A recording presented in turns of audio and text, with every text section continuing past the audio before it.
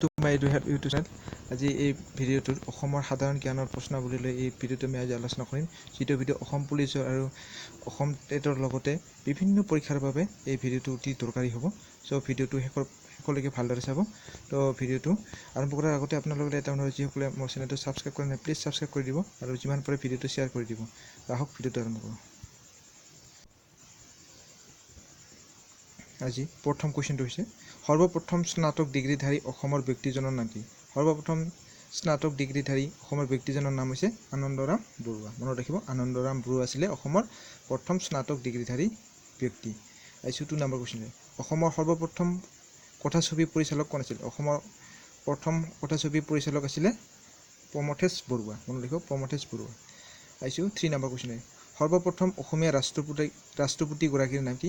সৰ্বপ্ৰথম অসমীয়া ৰাষ্ট্ৰপতিগৰাকীৰ নাম হৈছে ফখৰুদ্দিন আলি আহমেদ। মনত ৰাখিব, ফখৰুদ্দিন আলি আহমেদ অসমৰ প্ৰথম অসমীয়া ব্যক্তি আছিল যিয়ে ৰাষ্ট্ৰপতি হৈছিলে।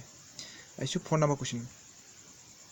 অসমৰ সৰ্বপ্ৰথম গদ্য লেখকগৰাকীৰ নাম কি? সৰ্বপ্ৰথম গদ্য লেখকগৰাকীৰ নাম হৈছে ভট্টদেৱ।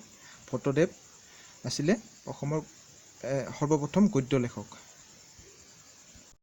আহিছোঁ 5 নম্বৰ কুৱেশ্যনলৈ। অসমৰ প্ৰথম বোলছবিখনৰ নাম কি? অসমৰ প্ৰথম বোলছবিখনৰ নাম নিশ্চয় জানে, জয়মতী। আপোনালোকে নিশ্চয় জানে এইটো, জয়মতী হৈছে অসমৰ প্ৰথম বোলছবি। আহিছোঁ 6 নম্বৰ কুৱেশ্যন। অসমৰ সৰ্বপ্ৰথম বুৰঞ্জী লিখিছে হৰিৰাম ঢেকিয়াল ফুকনে। হৰিৰাম ঢেকিয়াল ফুকন আছিলে অসমৰ সৰ্বপ্ৰথম বুৰঞ্জী লেখক। আহিছোঁ 7 নম্বৰ কুৱেশ্যন। সৰ্বপ্ৰথম চাহ খেতিয়ক অসমত কোন আছিল? সৰ্বপ্ৰথম চাহ খেতিয়ক আছিলে মণিৰাম দেৱান। মণিৰাম দেৱান আছিলে সৰ্বপ্ৰথম চাহ খেতিয়ক। আহিছোঁ 8 নম্বৰ কুৱেশ্যন। অসমৰ সৰ্বপ্ৰথম নাট্যকাৰ কোন আছিল? অসমৰ সৰ্বপ্ৰথম নাট্যকাৰ আছিলে ব্ৰজ শৰ্মা। আহিছোঁ 9 নম্বৰ কুৱেশ্যনলৈ। অসমৰ প্ৰথম দেশৰ কাৰণে প্ৰাণ আহুতি দিয়া ব্যক্তিগৰাকীৰ নাম কি? অসমৰ প্ৰথম দেশৰ কাৰণে প্ৰাণ আহুতি দিয়া ব্যক্তিগৰাকীৰ নাম হৈছে পিয়লি ফুকন। মনত ৰাখিব, পিয়লি ফুকন। পিয়লি ফুকনক প্ৰথম দেশৰ কাৰণে কি দিছিল? ফাঁচি দিছিল। আহিছোঁ 10 নম্বৰ কুৱেশ্যনলৈ। অসমৰ জাতীয় কংগ্ৰেছৰ সভাপতি প্ৰথম কোন আছিল? অসমৰ জাতীয় কংগ্ৰেছৰ প্ৰথম সভাপতি আছিলে দেৱকান্ত বৰুৱা। অসমৰ সৰ্বপ্ৰথম অসমীয়া মহিলা মহকুমাধিপতি কোন আছিল? মহকুমাধিপতি আছিলে শশীপ্ৰতা ৰায়চৌধুৰী। আহিছোঁ 12 নম্বৰ কুৱেশ্যনলৈ। প্ৰথম অসমীয়া ৰিজাৰ্ভ বেংকৰ সঞ্চালক কোন আছিল?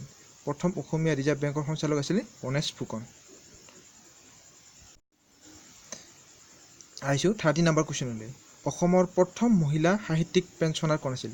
অসমৰ প্ৰথম মহিলা সাহিত্যিক পেঞ্চনাৰ আছিলে নলিনীবালা দেৱী। মনত ৰাখিব, নলিনীবালা দেৱী আছিলে অসমৰ প্ৰথম সাহিত্যিক পেঞ্চনাৰ।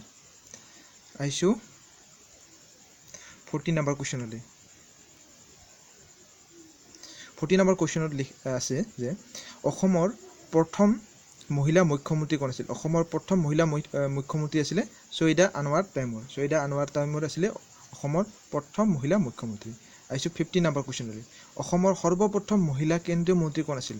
অসমৰ সৰ্বপ্ৰথম মহিলা কেন্দ্ৰীয় মন্ত্ৰী আছিলে ৰেণুকা দেৱী বৰকটকী। মনত ৰাখিব, ৰেণুকা দেৱী বৰকটকী আছিলে অসমৰ পৰা সৰ্বপ্ৰথম মহিলা কেন্দ্ৰীয় মন্ত্ৰীত স্থান পাইছিল। তো এইখিনি আছিলে আজিৰ ভিডিওটো। তো ভিডিওটো ভাল লাগিলে লাইক এটা কৰি দিব আৰু যিমান পাৰে ভিডিওটো শ্বেয়াৰ কৰি দিব আৰু ছাবস্ক্ৰাইব কৰি দিব। ধন্যবাদ।